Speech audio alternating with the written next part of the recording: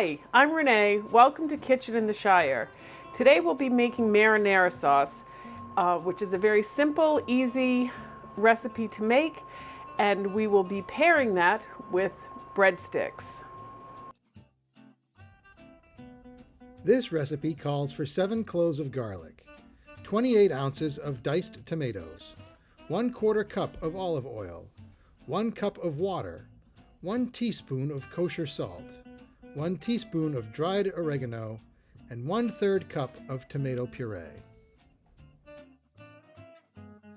So the first thing we're going to do, and I've already done this, is I've taken 28 ounces of diced tomatoes. You can use whole tomatoes and mush them up.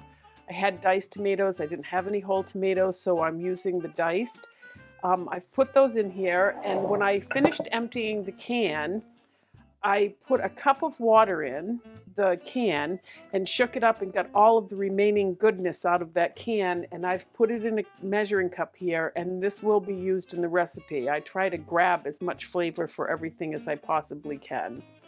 The first thing we're going to do is our garlic, and I have 7 cloves of garlic.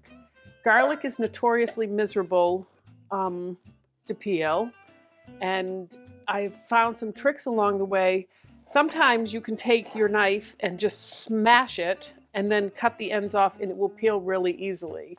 We need slices in this recipe, so I don't want to smash it because it kind of breaks the garlic up. So this is another little trick. I can actually I can peel this by hand. I can just stand here and peel them, but it's frustrating, and this is kind of fun. So I take the garlic and I put it in a metal bowl, and I take another metal bowl of the same size, and then I just pound away at it.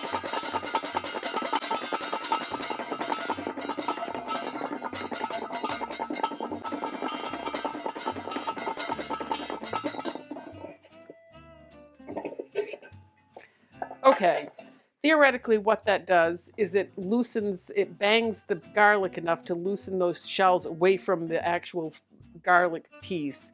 And so we're going to see how that worked. I'm going to take these out and see if that did anything. And so I start by cutting off this end.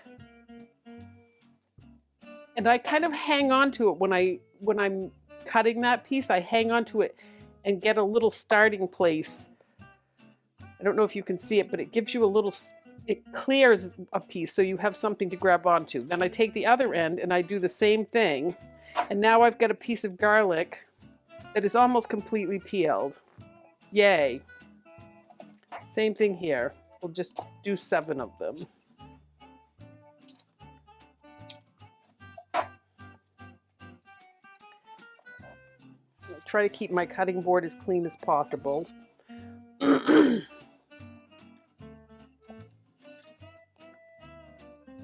Cut the ends off. Hang on to it when you can so you can start the peeling without having to dig into it. This is so much easier than if I had just left that. And that one just came right off. Make sure you wipe off your cutting board so that you don't get all of those peelings on your garlic. And then I just start and, always try to keep your fingers away from the knife edge by bending them, and that way your fingers are protected. And then you just start cutting little slivers. You get to the end of this, and once again I go there, and that's good.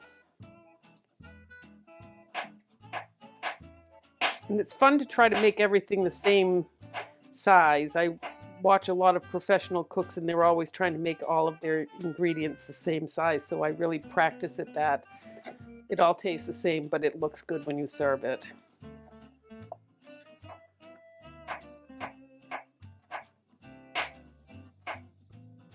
Okay, so there's the garlic. We have a 1/4 cup of oil, which I've measured out here. This is olive oil. Okay, so we're going to let that heat up a little bit.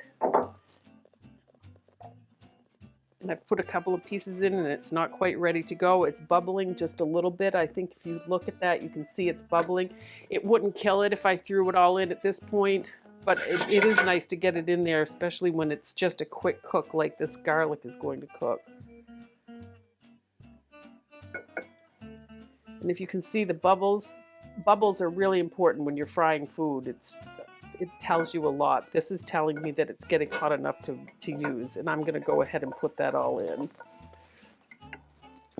And then I'm just going to go for a minute or two when I see that it's kind of softening it up but not getting brown. Sometimes you want to brown that garlic, but this one is not like that. I just want to get this a little bit soft.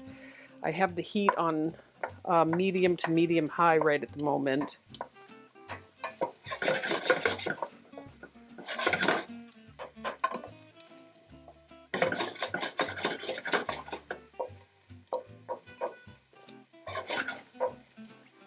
I don't want that taste of raw garlic in the sauce like this. I want the taste of the, a little bit deeper taste, but you just have to be really careful that you don't let this brown, because that's going to give marinara is kind of a light sauce.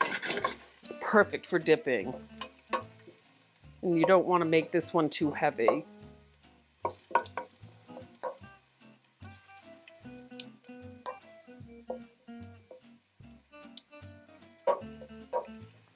Okay, that looks about right to me. So the next thing is we're going to dump in these tomatoes. I'm going to turn that down a little bit to medium.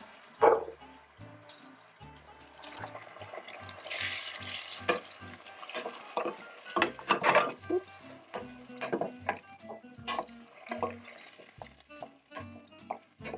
I'm going to let that get to a simmer. Okay.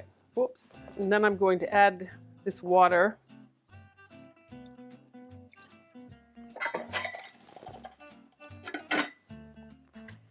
Stir that up a little bit. So you've got, I don't know if you can see this piece of garlic, but see the garlic piece is wilted enough so that I feel really happy about that. It's not going to give that icky raw garlic taste in your mouth. And then we're going to just let that keep heating up. And we are going to add some kosher salt. It's a little bit bigger grind. And if I put this, so I think it's going to be less salty than a regular iodized salt that you use. So just make sure when you're choosing the ingredients for the recipe that you're using that you actually pay attention to the salt. So this is a teaspoon of salt. Put that in, and then there's this recipe calls for either one stem of fresh basil or oregano, which was strange, but I don't have any basil today, so I'm going with the oregano, and I'm going to just put that on the top of that and stir it in with the salt. And then the other ingredient here, which I thought was interesting on the measurement side, is a pinch of either a chili pepper, which I don't have today, or a pinch of crushed red pepper. Red pepper, as you know, is they're a little bit big in the size, so the recipe, and I also think this is a good idea, calls for kind of grinding that down. And I don't know if you can see, and I'm not pulverizing it, I'm just breaking it down a little bit.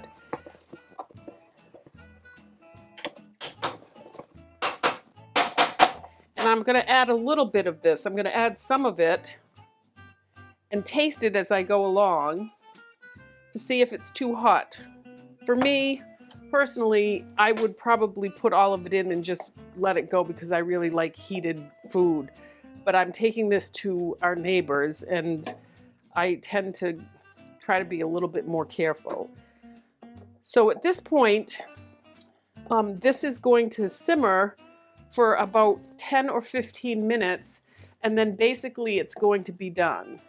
Okay, we've reached the end of the cooking time. It's been a little over 5 minutes, and the oil on the top is a nice orangey red, deep orangey red, and I'm happy with that. This is the point in a recipe where someone else has created the recipe and you can just leave it here and have it be fine. I'm going to turn this heat off. However, I'm looking at this and I know that I'm going to be using this to dip breadsticks in. And it's got huge lumps of tomatoes in it, which is fine. But I look at this and think, I don't think I would enjoy eating that. I'm going to just break this up a little bit. If I did this with a food processor, it would probably require 2 or 3 pulses.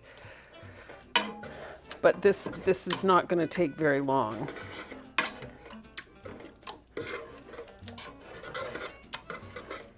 And that's also, as this cools, that's also going to have that thicken up a little bit and it will all meld together a little bit. So now those garlic pieces, which are still obviously garlic, and the tomatoes, it's got a nice texture so that when you dip into that, it's just gonna taste so much better. You're gonna get so much more flavor and so much more product on your breadstick. So I'm gonna leave it here. So we're getting ready to leave for our event, and I tasted the sauce again, and the marinara sauce, and after it had sat for a while, the salt, just all I could taste was salt. So in a mad rush, an emergency, I added about 1/3 of a cup of puree, tomato puree, and this is done.